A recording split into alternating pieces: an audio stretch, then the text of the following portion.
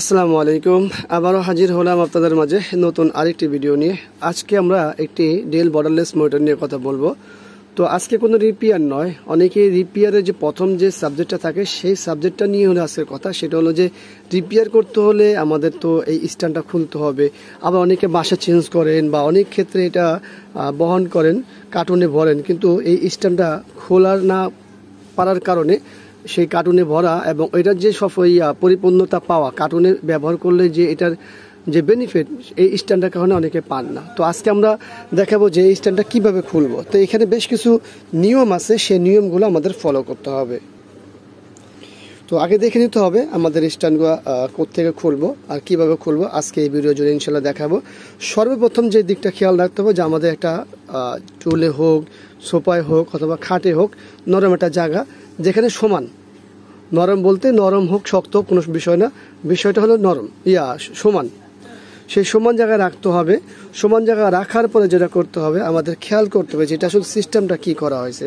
দেখুন এইখানে কিন্তু খেয়াল করলে আমরা দেখতে পাবো ওখানে এই যে এখান দিয়ে দেখুন এই যে এখানে একটা জিনিস আছে, এইটা হলো মূলত লক, এই স্ট্যান্ডটার মূলত লক, ঠিক আছে। এই জায়গাটা চাপ দিতে হবে আমাদের। পাশাপাশি এটা কিভাবে প্রেশার করতে হবে সেটা আমরা দেখাবো। তো আমাদের ভিডিওর সঙ্গে থাকুন, আশা করবো এখনই দেখাচ্ছি। তো সেই আর এই দেখে আপনারা খুলতে পারবেন। কিছু বিষয় লক্ষ্য রাখতে হবে, সেটা হলো এই ভিডিও কাজ করি আর বলি। তো আমাদের এরকম একটা চোখা জিনিস লাগবে, এটা হোক বা আদার যে কোনো কিছু হোক, সেই জিনিসটা ঠিক আমাদের এই ফাঁকাতে দিয়ে চাপ দিতে হবে। খেয়াল রাখতে হবে যে আমাদের প্যানেলে যাতে প্রেশার না পড়ে, এটা চাপ দিবে শুধু এইটাতেই। এরপর আমাদের বাম হাত দিয়ে টান দিতে হবে। এই যে খুলে গেছে, দেখতে পাচ্ছেন।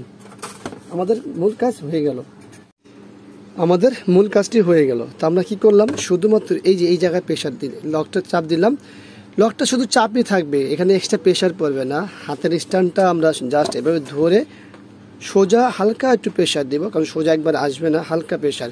কোনোভাবেই যাতে আমাদের এই যে আমাদের প্যানেলটি আছে সেই প্যানেলটিতে প্রেশার না পড়ে। প্যানেলটি প্রেশার পড়লে কিন্তু বর্ডারলেস মোটর, এটা কোনো বর্ডার নেই, প্যানেল ভেঙে যাবে। তো এই বিষয়টা খেয়াল রেখে আশা করবো আপনাদের কাজ হবে। আর ভিডিওটি ভালো লাগলে লাইক কমেন্ট শেয়ার অবশ্যই আমাদের এই চ্যানেলটি সাবস্ক্রাইব করুন, পাশে থাকবে বেল বাটন চাপ দিয়ে রাখবেন। আবারও দেখাবেন ইনশাআল্লাহ অন্য কোনো বিষয় নিয়ে। আসলে দেখেন বিদায়, আল্লাহ হাফিজ, আসসালামু আলাইকুম ওয়া রাহমাতুল্লাহি ওয়া বারাকাতুহু।